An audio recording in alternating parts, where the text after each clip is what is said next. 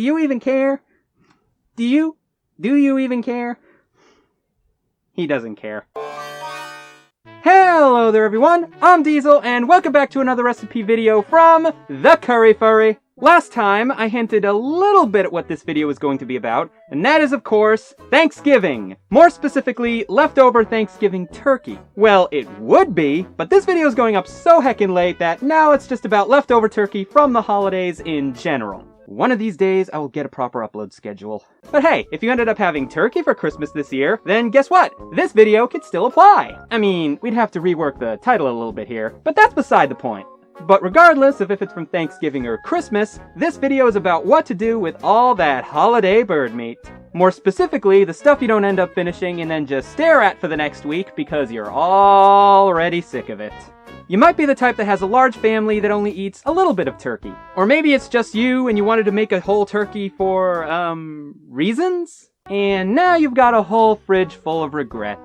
But in any case, you don't need to keep having the same thing for the next week. There's many things you could do to spice up that leftover turkey. In fact, today I'm going to be showing you how to make 3 different curry-themed dishes using leftover turkey. First up, we have a bit of a remix of Britain's national dish, chicken tikka masala. Yeah, for those of you who don't know, chicken tikka masala may be an Indian dish, but it's technically a British Indian dish, since it was invented by a chef who immigrated from the Indian subcontinent to Great Britain. So it's kinda like how Chinese food here is in America. So you may have an idea by now on what's about to happen. We're swapping one bird out for another and making some turkey tikka masala! So the first thing I did here was make the marinade for the turkey. Wait a minute! The turkey's already cooked. So, what exactly is the point of this? Yes, believe it or not, reverse marinating is actually a thing. I wanted to stay true to the dish as much as I possibly could, and if I was making this from scratch, I would have marinated the poultry beforehand. Anyway, we're gonna take some turkey meat, which we've shredded somewhat. Also, you can use both white meat or dark meat for this recipe. Now, to this turkey, we're going to add 1 cup of plain yogurt, half a lemon's worth of juice, 2 tablespoons worth of garlic paste, 1 tablespoon worth of ginger paste, 3 teaspoons worth of cumin, 2 teaspoons worth of smoked paprika, 1 teaspoon worth of garam masala, 1 or 2 teaspoons worth of salt, and then half a teaspoon of white pepper. Then mix it all together until it looks like this. At which point, it's time to actually get to the cooking part. Oh, also make sure you have a shallot sliced and diced. Just trust me. Okay, first, heat up a wok, or a deep pan if you don't have a wok, over medium-high heat and add 1 tablespoon of vegetable oil, even though I'm using avocado oil, which also works. Once the oil is hot, add in 1 pre-diced shallot and stir-fry the shallot pieces in that oil for a few minutes, or until they turn translucent. Unfortunately, I kinda burned the shallots because I had to stop my cat from jumping on the kitchen counter. But trust me, the dish will turn out okay. Rascal, this is why you're not supposed to be on the counter, huh? You do realize that my onions overcooked because you tried to come on the counter, right? You know you're not supposed to do that? Do you even care? Do you even care? He doesn't care. Anyway, add in about 3 teaspoons worth of garlic paste and mix it with the shallots, then add in all that turkey we quote-unquote marinated. Stir fry it for about 3 minutes or so, and then add in about a 1/4 cup of yogurt, 1 cup of tomato puree, and about a tablespoon's worth of tomato paste. Mix all of that together, and then add a couple teaspoons of cumin, a couple teaspoons of turmeric, 1 teaspoon of chipotle pepper, 2 teaspoons of smoked paprika, 1 teaspoon of white pepper, and a couple teaspoons of salt. And after you mix all that together once more, you're gonna want to turn that heat down to medium and let that turkey tikka masala simmer for about 10 minutes. After that time is up, the liquid should have reduced a fair bit, and the turkey should now look something like this. Which means it's time to plate up that turkey tikka masala. Now, it was at this point that I realized that I forgot to go out and buy some naan bread. Because of how saucy this turkey ended up being, I knew it was going to pair better with naan bread than with rice from a texture perspective. So even though I served this with basmati rice and it still came out delicious, when I picked up some naan bread the very next day, it straight up took me on a journey. And it also confirmed that the reverse marinade technique does apparently work. Not like I was unsure of it or anything. But maybe you're not into something that rich. Maybe you would prefer something more mild or creamy or comforting. Or maybe you have that one relative that likes to take both turkey legs for themselves because they miss being able to nom on one at Disney World. Either way, you'll probably enjoy leftover turkey recipe number 2, turkey and coconut curry soup. Now for this, you'll just want to be using white meat. It may just be personal preference, but I think it's better in soup than dark meat is. You'll also want to shred that white meat a little more than I showed. I mean, I did that, I just, forgot to film it. Moving on! We're gonna add in about a tablespoon of oil once again over medium-high heat, and then follow that up with a couple more freshly diced shallots. And making sure the cat is not about to jump on the kitchen counter this time. And we're going to, once again, saute these for a few minutes or until they become translucent. Next, we're going to add 1 tablespoon of garlic or garlic paste and about 2 teaspoons of ginger or ginger paste. And the chili paste I added in between because my camera was sitting on the counter. Then just do a quick stir fry of everything in the pan for about a minute or so. Once you do that, turn that heat down to medium and pour in 1 cup of chicken stock followed by half a can of coconut milk. Then add in the heap of shredded white meat and give it a bit of a stir. Now we need to season it, so in goes a teaspoon of garam masala, a couple teaspoons of cumin, about 3 teaspoons of turmeric, 2 teaspoons of coriander, a teaspoon of cardamom, and 1 tablespoon of curry powder, along with some salt and pepper to taste. Stir it all together for 30 seconds or so, just so the spices are mixed into the soup, and then throw in a couple teaspoons worth of chopped green onions and some fresh cilantro. With the leaves, it doesn't really matter if you chop them up or not. Also add in 1 lemon's worth of freshly squeezed lemon juice here. Then proceed to mix everything together and let it simmer for about 15 to 20 minutes. Alright, once that's done, it's time to plate it up, and you are finally done making that beautiful turkey and coconut curry soup.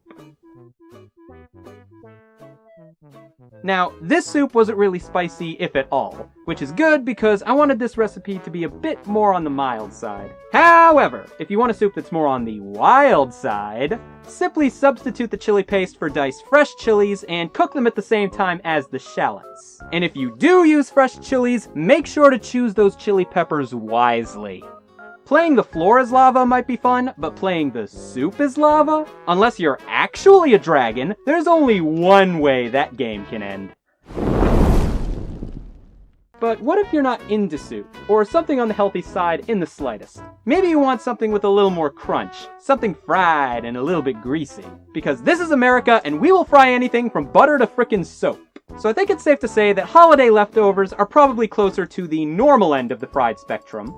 As opposed to the deep end of the fried spectrum. Hehe, you see what I did there? Oh god.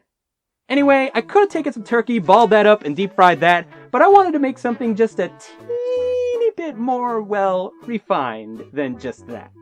So I gave it some thought, and eventually I landed on curry-spiced turkey croquettes. For those of you who don't know, first and foremost, I am not talking about the sport. Croquettes are a deep-fried snack food originally from 17th century France. And before we get to how to make these, we need a coating. I personally decided to use a mixture of breadcrumbs and crispy fried onions. You could just fry up some onions, but for me personally, it would be a bit trickier to get the right texture and it would take a lot longer. Because you'd also have to wait for them to dry out. So I just went with some store-bought crispy onions, which I then ground up into smaller pieces in the most delicate way I could possibly manage.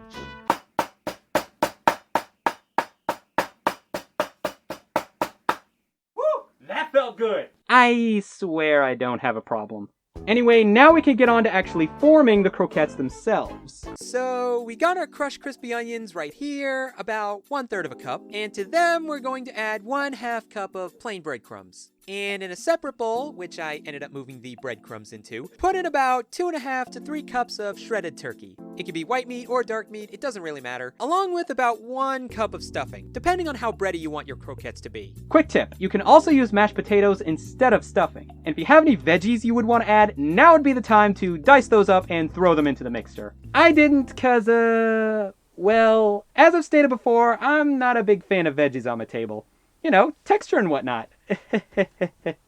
I have a problem! I swear I don't have a problem. Ahem. Moving right along. To that turkey stuffing mixture, we're going to add 1 egg, which we've beaten like we met it in a Denny's parking lot, along with a couple teaspoons of salt and half a teaspoon of black pepper. And then we're going to add a couple teaspoons of lemon juice, couple teaspoons of garlic, 1 teaspoon of ginger, half a teaspoon of cilantro, and 1 teaspoon of chili paste. Well, technically I'm using a paste version for all of these since, like I just said, I have a problem. Regardless of if you went with fresh or paste, we need to season this mix. So in there we're going to put 3 teaspoons of smoked paprika, 1 teaspoon of chipotle pepper, 1 teaspoon of cumin, and 1 tablespoon of curry powder. Now to mix all this together until well combined. Once it is, dump in the onion breadcrumb mixture, and for the sake of redundancy, now to mix all this together until well combined. And before you start cooking, make sure you actually, form the croquettes. Something between a ball and a patty a few inches thick, something like I did, should work just fine. Telling you this now because this is another part I forgot to record. Okay, now you're going to need a deep enough pan to fry in on your stovetop over medium-high to high heat, depending on what oil you're using. As for me, I'm using vegetable oil. As for how much, just until it's about an inch or two deep, depending on the size of your croquettes. Carefully lower the croquettes into the oil once it's hot enough, being very careful not to burn yourself. Also making sure not to put in too many so you don't overcrowd the pan. Let them fry for about a minute and then flip them over. Trust me, they're gonna cook fast. Depending on how thick your croquettes are, they may only take a minute or so per side. And since we're working with cooked turkey, there's no worry about the turkey being undercooked. So I recommend taking them out as soon as they're completely browned, because if these croquettes overcook, you may end up reaching your boiling point. Anyway, put them on a rack or some paper towels to cool down and dry off for a bit. Why did I make it sound like they just came out of a jacuzzi or something? Once they've cooled a bit, plate them up with a curry sauce of your preference, possibly a curry dipping sauce. And your curry spiced turkey croquettes are officially done. Phew! Honestly, that was a lot more work than I was expecting. What, the cooking? Oh, that was work, but that was recorded in advance. I'm actually talking about setting up and recording this video. Do you have any idea how much stuff I have to move to film these? Trust me, you are better off not knowing. Oh crap, I'm getting cranky. Where are the emergency coffee beans?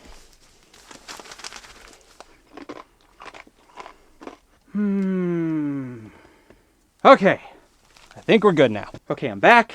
I'm caffeinated. Please do not try that at home. But definitely give those 3 recipes a try if you liked any of them. So yeah, that's 3 more recipes in the book, and honestly, I'm just glad they came out as good as they did. I also want to apologize for this video coming out several weeks late. It was supposed to be out by the first week of December, but let's just say real life stuff got in the way a little bit more than I wanted it to. That and the filming, editing, and recording, I literally do all of that myself. But hey, I did manage to get this video done and uploaded by the end of the holidays. I hope. Sebi, you're gonna make sure this video goes up by the end of the year, right? Right? But in any case, for those of you who are watching, I just want to say I can't thank you enough for taking your time to hopefully learn something new from watching my videos. If you did, and if you enjoyed the video, regardless of if it was for the cooking or the, well, shenanigans, feel free to give it a like. And remember to hit that subscribe button to stay updated for even more caffeinated content. And if you know my upload schedule, you will definitely want to stay updated. Trust me. But anyway, that's about it for now, and I will see you back here next time for another recipe video from The Curry Furry. Stay spicy!